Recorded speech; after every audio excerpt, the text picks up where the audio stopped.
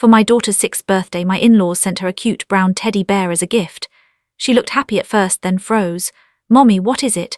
I looked closer and went pale. I didn't shout. I took action. 3 days later, police were at their door. Mia's 6th birthday was supposed to be simple. Cupcakes, paper hats, 3 little girls shrieking in my living room like tiny opera singers who'd been raised entirely on glitter and spite. The problem with simple is that it requires your life to also be simple, and mine very much was not. I was in the middle of divorcing Adam. The paperwork was floating around like a bad smell. The tension was everywhere and nowhere, which is a fun way to live when you're trying to keep a 6-year-old from noticing her world is being rearranged. So I tried to compensate. I went full birthday mom. I put up streamers, I made goodie bags. I baked cupcakes from scratch instead of doing the normal person thing and buying them from a grocery store bakery that employs professionals and probably has a health certificate. I even invited parents to stay. I don't know why I did that. Maybe guilt, maybe self-harm, maybe I wanted witnesses in case I snapped and started eating frosting directly out of the piping bag with my hands. I did. The witnesses were polite. There were 3 friends, Mia's best friends, which changes weekly, but today it was these 3. Their parents hovered with that awkward energy of people trying to be supportive without admitting they've already asked their spouse. "So are Michelle and Adam, you know." I smiled too much. I laughed too fast. I used the voice you use when you're hosting a baby shower for someone you hate. Everything was fine. Mia was fine. And then the mail came. It was a neat pink box with a bow that looked like it had been measured and tied by a person who irons bed sheets. Janet and Frank, my in-laws, the type of people who believe presentation is character. There was a note taped to the top for Mia opened today because of course Janet and Frank weren't coming to this party. Mia was having another birthday with Adam a few days later. Her dad's birthday, as Mia called it. Like Adam was the one turning 6 and not just the one who would probably show up late and then blame traffic for the concept of time. But Janet and Frank wanted their gift opened now, so we added it to the pile. Kids opening presents together is chaos in a pure form, like a natural disaster with better wrapping paper. Mia ripped through a bag of stickers, squealed at a sparkly water bottle, and held up a plastic unicorn as if she'd discovered fire. Then she grabbed the pink box. "This one is from Grandma and Grandpa," she sang like announcing a new character in a play. She opened it carefully, because Janet taught her to be gentle, which sounds sweet until you realize gentle is just Janet's word for obedient. Inside was a brown teddy bear with a little heart stitched on its chest. Mia's whole face lit up. She loved stuffed animals. She loved anything soft and loyal and silent. Honestly, same. "Oh my gosh," she whispered, hugging it like it had rescued her from a burning building. The other girls crowded around. "Oh, it's so cute, I want one." One of the dads, nice guy, vague name, probably Steve, said that Bear is going to be her best friend. I laughed because that's what you do when people say normal things at normal parties. Mia carried the bear off to play and the house went back to its usual birthday roar. Kids running, parents sipping coffee like it was medication. Paper plates stacking up, frosting appearing in places frosting should never be. At the time it really did feel normal. Not peaceful, not calm, but normal. And that's the thing about normal. You don't realize it's the last time until it's already gone. About 20 minutes later, Mia appeared in the doorway of the living room, teddy bear in one arm, her little brow pinched the way it gets when she's trying to do math. "Mommy," she called. I turned, still mid-smile because I was performing I'm fine like it was my full-time job. She stepped closer. She wasn't crying. She wasn't upset, just confused. Then she held up the teddy bear. There was a small opening near one of the seams like a zipper hidden under fur. The kind you don't notice unless you're the kind of child who believes every object is a mystery waiting to be solved. "Mia, what did you?" She squeezed the bear's side and looked up at me. "Mommy," she said very quietly. "What is it?" Her voice did something to me like a hand reaching inside my chest. I went still. I leaned in and my skin went cold because inside the bear, just barely visible through the opened seam, was something that definitely wasn't stuffing, something hard, something not meant for a child's toy. My stomach dropped so fast I felt it in my knees. My first instinct was to react the way my body wanted to react, to shout, to demand, to call Janet and Frank and ask them what kind of deranged little game they thought this was. But there were 3 little girls behind Mia. There were parents in my living room. There was a birthday cake with candles waiting to be lit. And there was Mia's face looking at me like I was the final answer. So I swallowed it. I made my voice soft. "Oh," I said like she'd just shown me a loose button. "Let me see it for a second, sweetheart." Mia hesitated. "Is it broken?" "No," I lied. "I just want to check something." I took the teddy bear from her hands gently. So gently, like I was holding a bomb. Go play, I said, I'll bring it right back. Mia nodded, because Mia is a good kid, because Mia trusts me, because Mia had no idea she'd just handed me the beginning of the end. I walked down the hallway without rushing, because rushing would have made the parents look up. And I didn't want questions, not yet. I stepped into my bedroom, the room Adam and I used to share before the divorce, turned it into neutral territory and shut the door. My hands were shaking before I even realized I'd started breathing differently. I sat on the edge of the bed with the bear in my lap. I stared at that seam. I stared at the hard shape inside. And I realized something very clearly. Whatever this was, it wasn't an accident. This bear wasn't just a gift. It was a message. My heart thudded once, heavy and slow. I opened the seam a little more, looked, checked, adjusted the bear in my hand so the light hit the inside.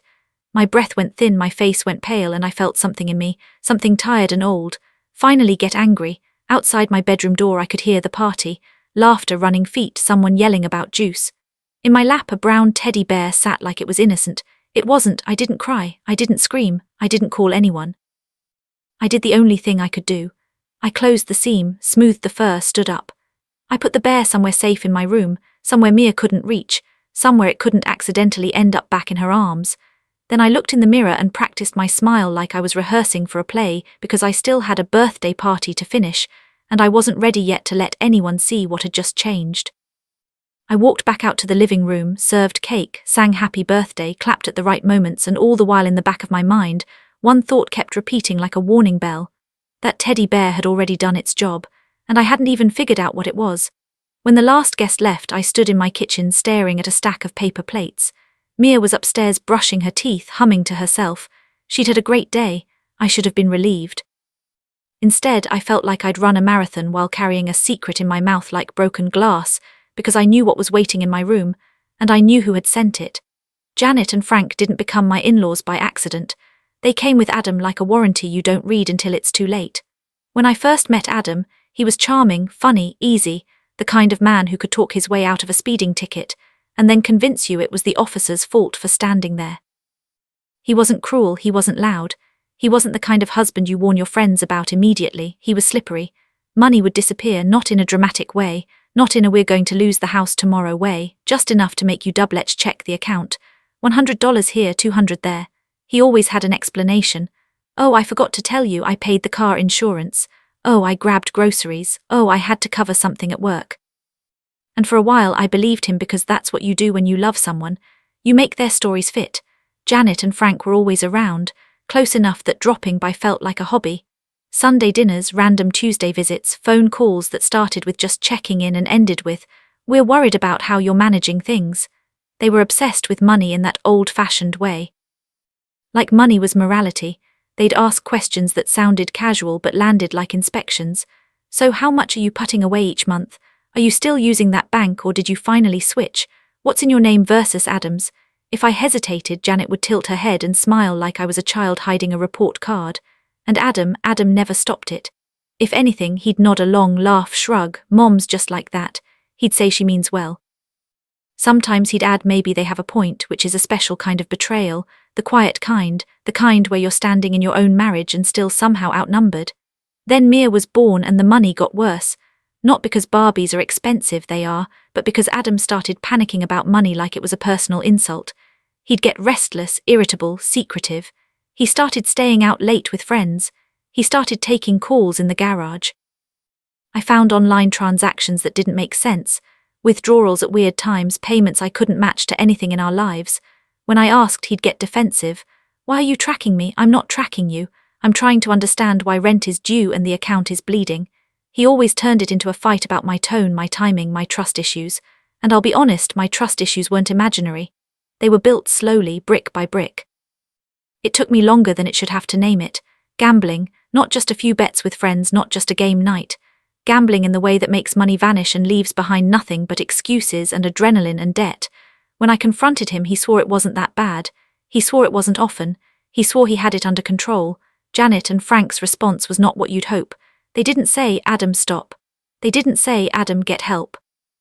They said things like, "Michelle, you need to be more supportive." They said, "Money stress makes men do things." They said, "Maybe if you didn't make him feel judged." It was always my fault somehow, and Adam again did nothing. He let them talk over me like I was furniture. He'd stand there and act tired and say, "Can we not do this right now?" As if the problem was the conversation, not the gambling. I tried for longer than I'm proud of. I tried budgets. I tried joint counseling. I tried giving him more freedom, which is hilarious in hindsight because what he wanted was freedom from consequences. I tried to be calm and rational and supportive, but I also had a daughter.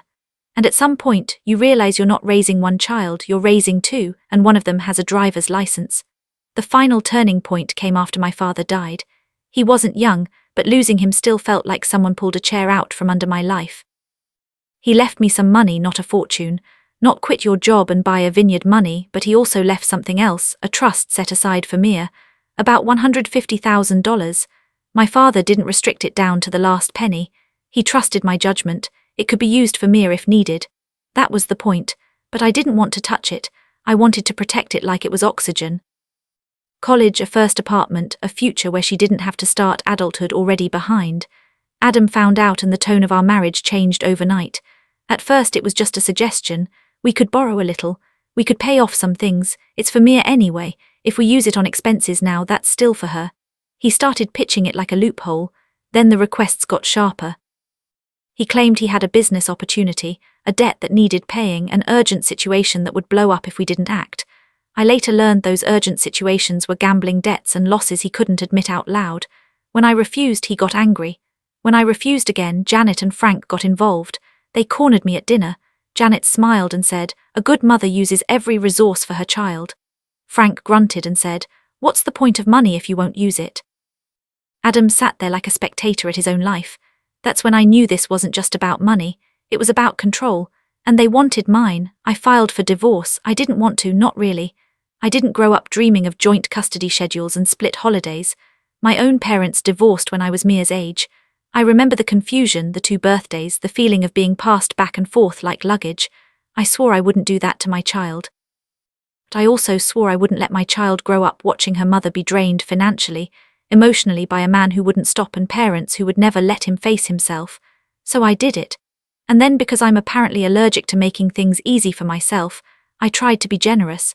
I offered 50-50 custody. I offered to split assets cleanly. I even offered to keep things peaceful around the inheritance I'd received while we were married because it wasn't worth a legal war. Legal fees can eat a life whole. Adam acted like he agreed. We were almost settled. Angela Park said, "My lawyer, calm and sharp, the kind of woman who could stare down a hurricane." Adam hadn't signed yet, but he played cooperative, and I believed him because I wanted to believe him because Mia deserved adults who could act like adults. So when Janet and Frank mailed that bear and insisted it be opened early, part of me thought it was just them being them, a power move, a performance, a way of making sure their presence hovered over my house even when they weren't in it. I didn't yet understand how far they were willing to go. But I did understand one thing. Standing in my bedroom earlier that day, I'd offered them peace, and they'd answered with something hidden inside a teddy bear, which meant the amicable part had never been real. It had just been the mask. And now I couldn't stop wondering if I was already giving Adam half. What else did he want? By the time Mia was in bed that night, I felt like my face hurt from pretending. She was still glowing from the party, sticky hair, cupcake frosting in places I didn't want to identify, the soft exhaustion of a child who'd been celebrated properly. "Best birthday ever," she mumbled into her pillow. My throat tightened. "Mine too," I lied. Because mother's life a love all the time. I tucked her in, kissed her forehead and stood in the doorway for a second longer than usual. Mia didn't know, not really. She knew something had been weird about the bear. She knew I'd taken it away, but she didn't know the storm. She didn't know the shape of what was coming, and that was the most painful part. Now the house was quiet, and the quiet was loud. I went back to my bedroom and took the teddy bear down from where I'd hidden it. It sat in my hands like an accusation. I opened the seam Mia had found wider this time. Inside was a small device, hard plastic wiring, something metallic, not stuffing, not a squeaker. I didn't understand it at first, not completely. I'm not stupid, but I'm also not the type of person who casually identifies electronics hidden in plush animals. I did what any modern woman does when faced with a nightmare wrapped in fur. I took pictures, close-ups, angles, the tiny printed numbers on the plastic casing, then I Googled. The search results didn't feel real at first. They felt like something that belonged to someone else's life. But piece by piece it came together, a recording component, a location tracker. So they were trying to spy on us. But why? What did they want? What did Adam want? My hands went cold all over again. I sat on the edge of my bed and stared at the bear, thinking about how many times Mia had hugged it. How many times she'd pressed her cheek against it like it was safe. How many times Janet had kissed her and called her sweet girl while smiling at me like I was failing a test. I didn't cry, I didn't shout. I didn't even call Adam right away because I already knew what that call would be. He'd deny it. He'd say I was paranoid. He'd say I was spiraling. And then he'd report back to them and they'd adjust. No, if they were playing games, I wasn't going to announce my moves. I put the bear back together as best I could, like I hadn't seen anything. Then I placed it in a sealed bag, tucked it away. Then I sat there in the dark thinking one simple thought. Adam is good with tech. Janet and Frank are good with guilt and control and casserole dishes, but tech Adam. The next morning I called Angela Park. I didn't even try to sound casual. I need to see you, I said. Angela didn't ask why, she just gave me a time. Her office smelled like clean paper and stress. I sat across from her desk and slid my phone forward. I took photos, I said, of a device inside Mia's birthday gift. Angela's face didn't change much, but her eyes sharpened. She studied the pictures, zoomed in, zoomed out. Then she looked up at me. Michelle, she said very calmly, this is serious, I know, I said, that's why I'm here. Angela set the phone down gently like it might bite her. Before we talk about the device, she said, I need to tell you something. My stomach tightened. She opened my file, and pointed to a page. Adam rejected the 50-50, she said. I blinked. What? He rejected the custody proposal, Angela repeated. He wants full custody. My mouth went dry. That doesn't make sense, I said. He said I know what he said. Angela cut in, still calm. I know what he presented to you, but in the paperwork he's alleging you're unstable. My heart started pounding in my ears. He's calling me unstable. Angela nodded. And he's requesting that the court place him in control of decisions involving Mia's finances and care. There it was, the click, the reason. It wasn't about Mia, not really. Because if it were about Mia, 50-50 custody would have been enough, but full custody meant control. Full custody meant access. Full custody meant a pathway to the only real money in this entire mess. Mia's trust fund. I sat there, hands clenched in my lap, and I felt something in me shift, something that had been trying to stay polite for months. I'd offered him fairness. I'd offered him peace, and he'd answered by trying to wiretap my home and take my child. Angela leaned forward. Do you have evidence of his gambling? Yes, I said immediately. Texts, bank statements, messages where he asked me to use the trust money. Good, she said, we're going to need it. She tapped my phone again. And this device, we need to treat it properly. You should file a police report. The device itself becomes evidence. Any forensic results take time, but the fact it exists is powerful. I nodded because my body was operating on something older than fear now. Strategy, protection, war. Angela watched me for a second. You offered him an uncontested path, she said quietly. He chose conflict. I felt my jaw tighten. Then he's going to learn what conflict looks like, I said. Angela didn't smile, but her voice held approval.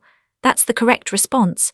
I left her office with a list of things to gather, copies to print, accounts to document, and I left with something else too. Clarity. Adam hadn't been playing fair. He'd been playing for keeps. And now so was I. A few days later it was time for Mia's second birthday, the one with Adam. The one with Janet and Frank hovering in the background like they'd never done anything wrong in their lives. I didn't want to let Mia go. Every protective cell in my body screamed not to, but I also knew how this would look if I stopped it without proof. If I suddenly became difficult, if I became the story they wanted. So I did what mothers do. I planned. That morning I put a watch on Mia's wrist. It looked like a normal kid's watch, bright, simple, the kind you'd buy because children can't tell time but love accessories. I crouched in front of her and kept my voice light.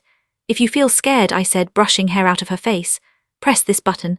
Mia looked down. Why? Just in case, I said. Sometimes grown-ups get mixed up. If you can't find Daddy or you need me, you press it. Okay, Mia nodded. Okay, I kissed her forehead and smiled. My smile didn't reach my bones. Adam came to pick her up. He stood on my porch like a man who had rehearsed being harmless. Hey, he said, as if we were just two friendly co-parents who'd accidentally ended up divorcing because of scheduling conflicts. Hey, I said back. Mia ran to him. He lifted her up and spun her once like a normal dad. I watched his hands, I watched his face, I watched everything. He handed me a slip of paper with an address, pick up instructions. We'll drop her here, he said, same time. Text me when you're leaving, I said. Sure, Adam said easily. And then they were gone. The hours crawled. I tried to be normal. I cleaned. I did laundry. I stared at my phone too much. I checked the time. Checked it again. Then again, because anxiety is just your brain hitting refresh like it's going to load new information. When it was time to pick Mia up, I drove to the address Adam had given me. It was a building, not a house. Not a backyard full of balloons, not anything that screamed children's party, just a place. I pulled into the lot and sat for a second looking around. No cars I recognized. No music, no kids, no decorations, no signs. Maybe it was inside. Maybe there was a back entrance. Maybe I was early. I got out and walked around. Checked the address on my phone, looked at the doors, tried to find something that made it make sense. Nothing. I checked the time. I checked my messages. I called Adam. No answer. I called again. Nothing. I texted, "I'm here, where are you?" No reply. At first I blamed myself. Maybe I had the wrong building, maybe I misread the number. Maybe I was on the wrong side. I walked the perimeter like a lost tourist, then I tried to calm myself. Maybe they were late. Maybe they'd gotten stuck. Maybe they were 5 minutes away with Mia in the car singing happy birthday to herself. I waited. I scanned the street. I called again, still nothing. And slowly, painfully, the rationalizations fell away and fear stepped forward. Because when your child is missing, your body knows it before your mind allows the words. Then my phone buzzed. An alert, not a message, not a call, an SOS. My hands went numb. I opened it and saw the location ping. Mia at Janet and Frank's house. My stomach dropped so hard, I thought I might throw up. I didn't, I moved. I got in the car and drove fast but focused, because panic driving is how people end up dead, and I needed to stay alive long enough to get my child. As I drove, I called the police. "My daughter's 6, I said, voice tight. Not dramatic, just factual. I received an SOS alert from her watch. I went to the pickup point. I was given and she wasn't there. I can't reach her father. I have her GPS location. Please send someone to check." The dispatcher asked questions. I answered them. My voice sounded like someone else's, like I'd become a woman made of pure checklist. I gave the address. I kept driving. When I turned onto Janet and Frank's street 5 minutes later, I saw a patrol car already there. My heart seized with relief and fury all at once. I pulled up and ran to the door. Before I could knock, it opened and Mia burst out like she'd been held underwater.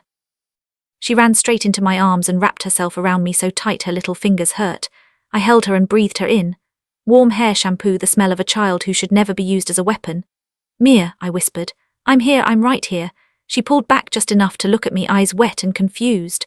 "Grandma said you didn't come," she choked out. "She said you abandoned me." My throat closed. "I did come," I said immediately. "I was there. I was looking for you." Mia's face crumpled like she was trying to hold two truths at once and didn't know which one to trust. Behind her, Janet appeared in the doorway with her hands clasped like she was hosting a Bible study. "Oh, Michelle," she said, voice sweet. "This was all a misunderstanding." Frank stood behind her, arms crossed, looking irritated, like my missing child was an inconvenience to his evening. An officer stepped closer and asked a few basic questions. Calm voice, neutral posture, the practiced tone of someone who's seen every version of family chaos. Mia sniffled and said, "I got scared, Mommy didn't come." My chest tightened because of course she said that. She was 6, she'd been told it, she'd believed it, she'd pressed the button because she was scared. "And kids don't know what else to do when they think they've been left," Janet murmured. "She's been so emotional lately." I looked at her. Really looked. And I saw the same smile she'd worn at Sunday dinners when she'd asked me about my bank account like it was her business. I didn't argue on the porch. I didn't explain. I didn't give them the fight they wanted. I lifted Mia into my arms and said, "We're going home." Janet opened her mouth like she was going to protest, but the officer's presence made her pause. Frank looked like he wanted to say something, but he didn't. Adam was nowhere in sight, which honestly felt like the most Adam thing possible. I buckled Mia into the car and drove home, shaking with contained rage. Once we were inside, I made hot chocolate. Not because hot chocolate fixes trauma, but because it gives small hands something warm to hold. And sometimes that's the first step back to safety. I sat with Mia on the couch until her breathing slowed. "I didn't abandon you," I told her quietly. "Never." Mia nodded, exhausted. She leaned against me like a baby, even though she was 6 and determined to be big. Later, when she was asleep, I went to my room and opened the watch app. I wasn't expecting much, a timestamp, a location log. But when I clicked the SOS event, there was an audio file attached. My fingers hovered over it for 1 second. Then I pressed play. At first it was muffled, fabric movement, a child's breathing. Then Janet's voice slid in clear enough to make my skin crawl. "You see," she was saying, "your mommy didn't come." Mia's small voice, "She said she would." Janet again, softer now, like poison in honey. "Sometimes mommies say things and don't mean them, you need to remember that." Frank's voice rumbled in the background. "Stop crying. Big girls don't cry." Mia's sob caught in her throat and my stomach turned. Then Janet's voice again, and this time it wasn't comfort, it was instruction. "If anyone asks," she said, "you tell them your mommy forgets things, you tell them she gets upset, you tell them she isn't stable."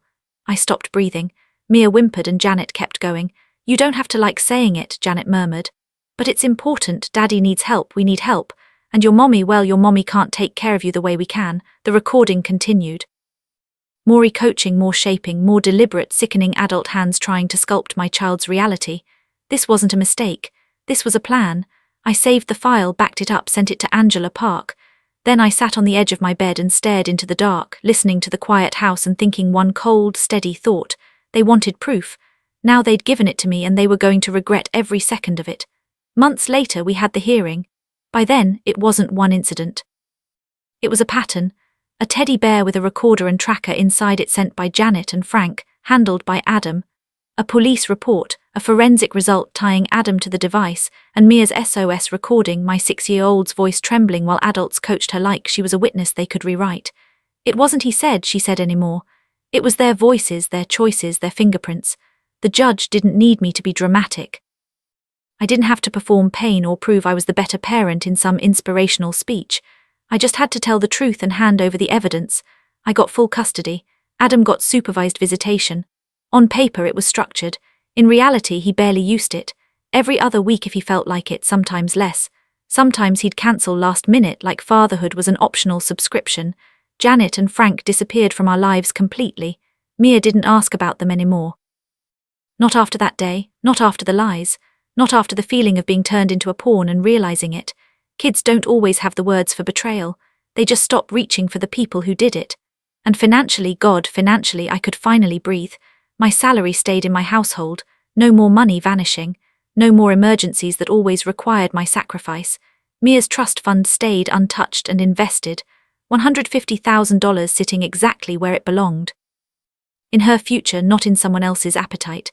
Sometimes late at night I think about how close I came to playing nice right into a trap.